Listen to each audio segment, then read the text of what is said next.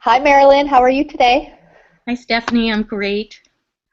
Thank you for joining us on our Hangout today to talk about your many books, the most recent of which is going to be Lives in Ruins, which is out in November, correct?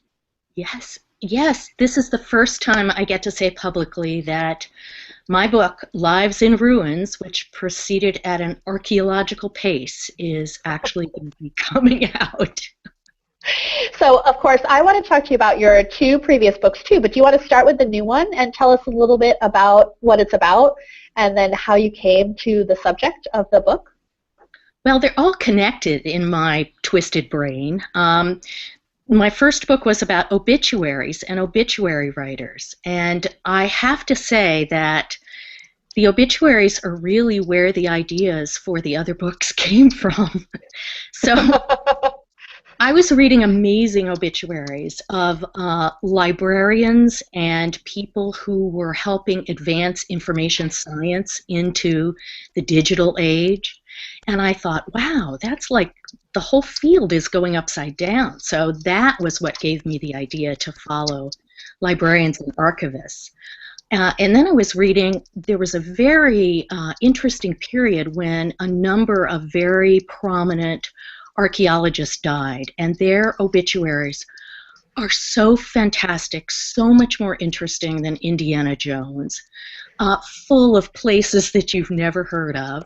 Usually they were either married to an archaeologist or married to a series of archaeologists. Well, I'm really interested in the memory professions, people who go to incredible lengths to save little bits of our cultural memory for those who come behind us, and who does that more physically and concretely than archaeologists.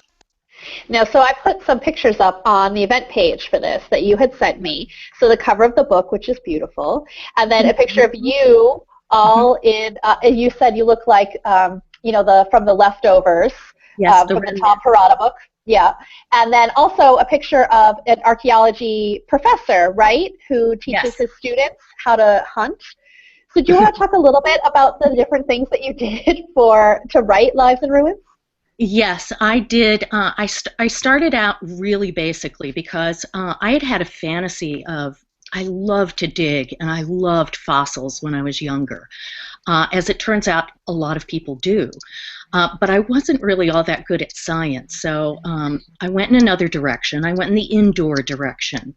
And of course, both of my previous books, I spent many, many hours researching the great indoors. And so, following archaeologists and going outdoors, archaeologists deal with all of human history.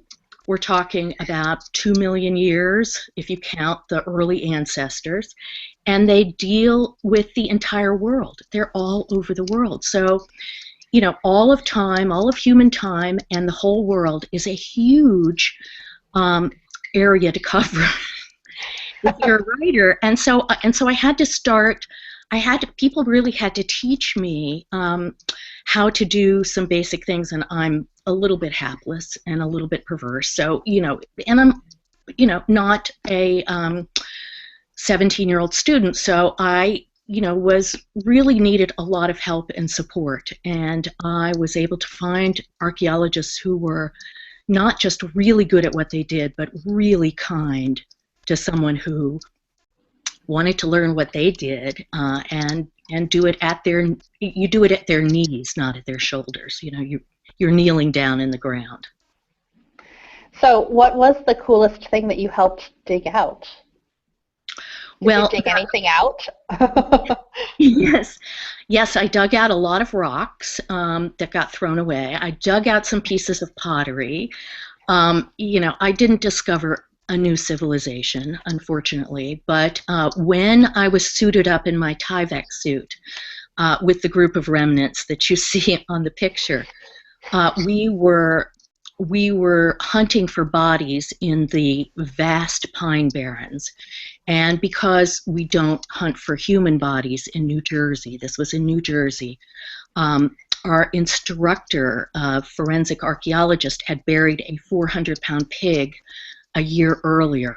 And so we got to excavate a very, very fragrant pig. Wow. Yeah, it was, and you know, I mean, this is when you're really challenged as a writer. The science, forget it. You know, the trying to figure out the dates for archaeologists, trying to capture some of their perverse personalities, was but trying to describe the smell as your head is suspended over, you know, the makeshift grave that you're excavating. Trying to describe that smell it's a challenge. So you also did some perhaps less smelly, kind of in-depth research for This Book is Overdue, which is how I think many librarians got to know you, because it's one of kind of the only books about really what it's like to be a librarian, a modern librarian. And so do you want to talk a little bit about the different things that you did to learn about librarianship for that book?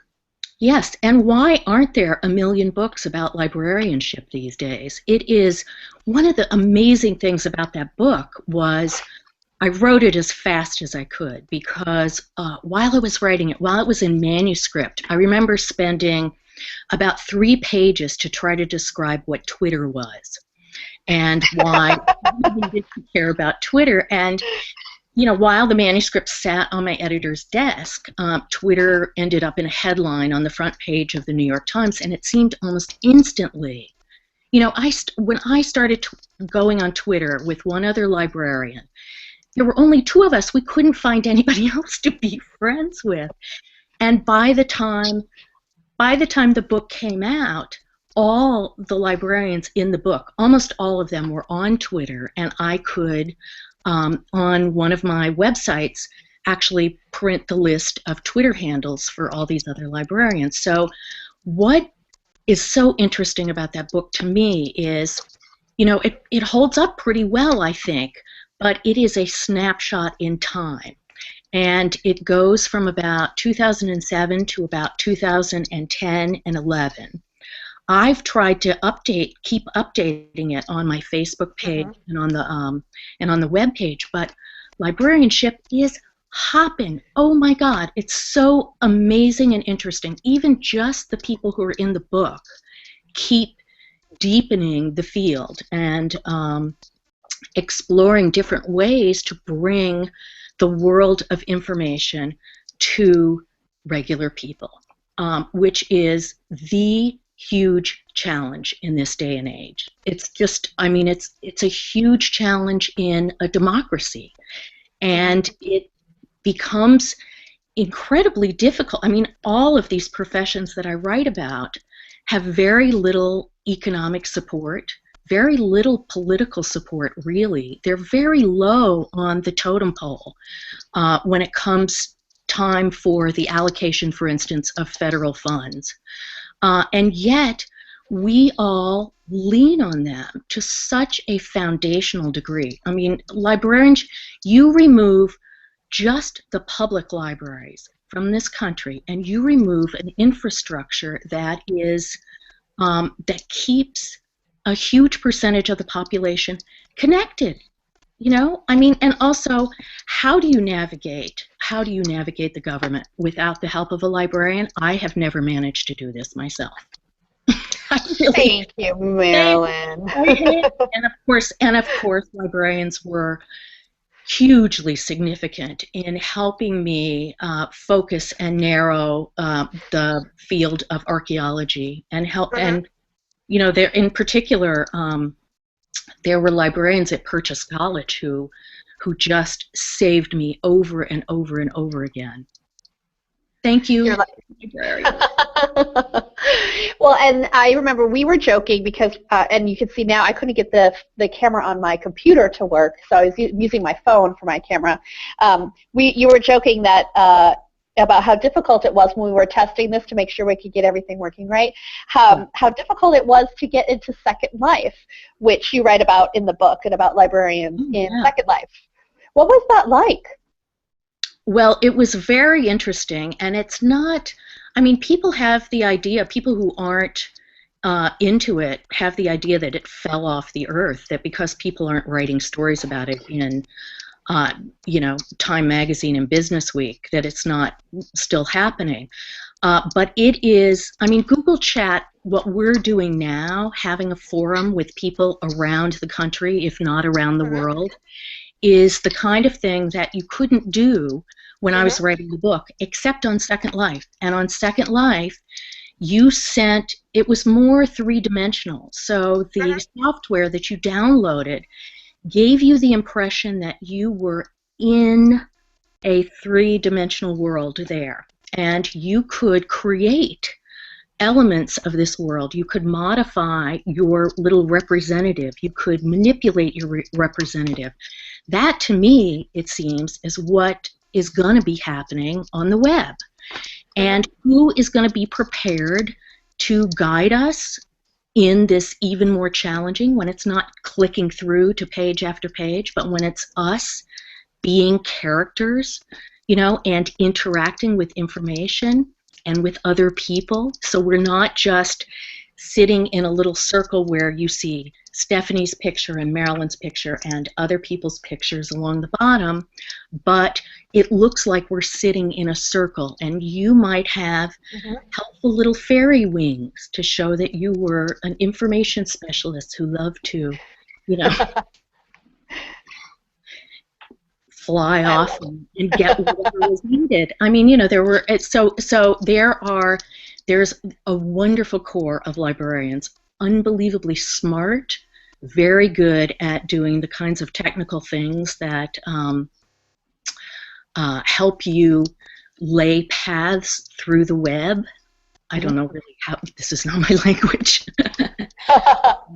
But anyway, it was a really cool and interesting. Now, I don't go on Second Life because, you know, really all I could do for a while was keep up with my, you know, 30 archaeologists and try to learn a science. Yeah. and absorb some history. They all knew a ton of things, and I knew pretty much nothing. So that was really, I had a lot of catching up to do. What do you think was the kind of the most interesting thing you learned from that group of archaeologists?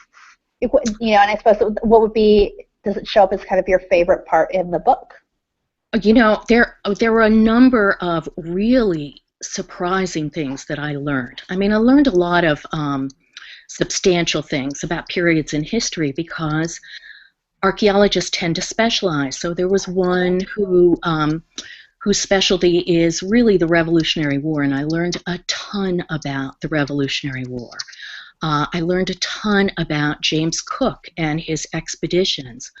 I learned a ton about Homo heidelbergensis, which was, okay, I didn't learn a ton about it, but I could say that. And that was the last common ancestor that probably Homo sapiens had with Homo neanderthalensis and, you know, the Neanderthals. So that was a cool thing to learn about. But the main thing that I learned is that if we don't actively work to save the bits of our past, poof, they disappear. And they disappear. It's very hard to pass laws to protect various parts of our history and archaeology, but it's really much easier to pass the laws and then not enforce them. And so there's a lot of things that disappear even in your own neighborhood because nobody's paying attention and watching to make sure that the old Native American rock shelter doesn't get disturbed, or that the graves of the Revolutionary War soldiers don't end up with a strip mall built on top of them. Well, who was it they found? Richard III, right, under a parking lot? Under right? a Right? parking lot? I know. Parking lots, well, I mean, you know, basically parking lots protect what's underneath them, so you get some cool stuff when you peel it back. Well, I think, too, it reminds me, you know, having grown up in New England and lived in old houses in New England, you always had kind of the garbage dump behind your house, you know, that people used a long time ago. It's full of really cool stuff. And, you know, you think, you know, we go to a museum now, often it's those daily, just kind of the daily things that people used that are most interesting to us, you know, because not everybody had great jewelry or whatever. You know, it's the bottles and the china and, you know, all those kinds of things. And you're making me realize just how much of that we probably will never have. Well, a great deal of our written record is filtered through people who don't have to tell the truth or don't have to prove something or not being aware of what that, you know, why is Samuel Pepys' diary so interesting to people? Because it was a daily record of his life, even the stuff that wasn't interesting, and it's hugely informative to historians of that period. When I sit down to write my journal, I don't catalog all the daily things of my life, you know, and what I end up throwing away, what you end up throwing away, what anyone ends up throwing away is what the archaeologist is most alert to, because those inadvertent things, well, when we were in our Tyvek suits, you know, looking for clues about who might have murdered this pig, we found some cigarette butts, and the forensic archaeologist who was in charge of it said cigarette butts are the archaeologist's best friend. They've got DNA on them. They tell you all kinds of things about when they were manufactured. I mean, you know, they can take those little pieces of the garbage that you toss out and extract tons of information. It's really very fascinating, and it's not unlike what you do. And so also, I just want to talk a little bit too about your first book, because you come from a background of obituary writing, isn't that correct? Well, I did magazine writing, so I always try to be very careful. I wrote a number of what I called and what my editors were calling obituaries. But since I did my book and hung out with newspaper obit writers who are, you know, in a couple of hours putting together the story of a person's life, I feel like I should call what I did tributes. But they were hard. They were hard, and they were the hardest kind of writing that I had ever had to do. I had to take someone like Princess Diana and put her in the context of her times. And I had to do it in a way that was different than everybody else who was writing about her. And you're very young, Stephanie, so I don't know if you remember, but everybody was writing about Princess Diana. I do remember. Here comes Homer the dog. Yes, yes, yes. I was a little too exuberant.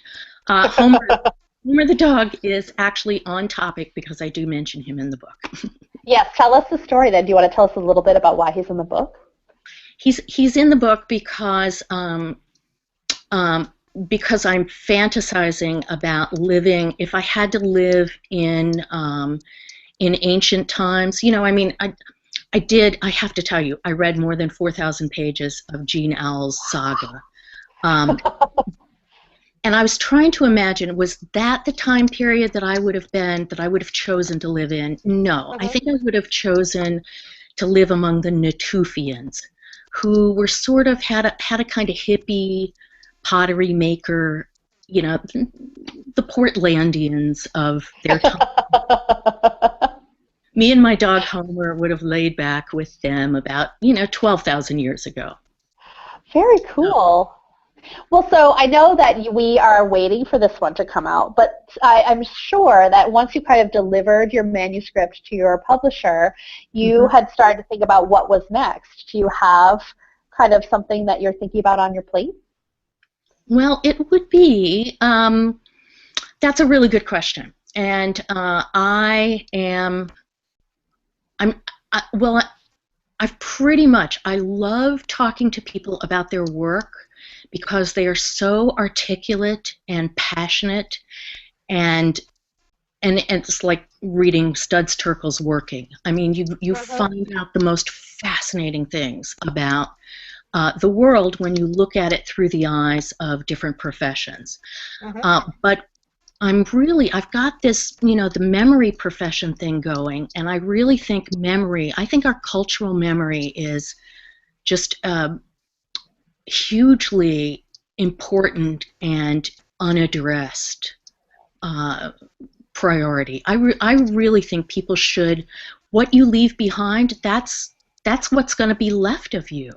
Mm-hmm. And people are very careful about what kind of tombstone they make, or they're very careful about their memorial service, but they're not careful about what they leave behind that they've made, or that they've owned. There's a real carelessness about it. So I think some aspect of, that's a long answer, sorry, some aspect, another memory profession. Give me another memory profession. Well, it's a little bit like that show, right, where they open up the storage containers and things, right? Yes. Right? And to yes, see what people have left behind? Exactly. At PBS, there are like, an Antiques Roadshow. I mean, all of those shows about your stuff, except the shows where the metal detectors come and help you dig up your Civil War artifacts from your backyard and then sell them. That's like, no, please don't do that. Yeah. Now, so do you know the exact day that Lives in Ruins will be out for us and able to read? That we'll be able to read it. It will be out on Veterans Day, November 11th. So that's easy to remember. Kind of appropriate. There's a whole section about archaeologists and war, and war is one of those great causers of turmoil that both expose ruins and destroy them.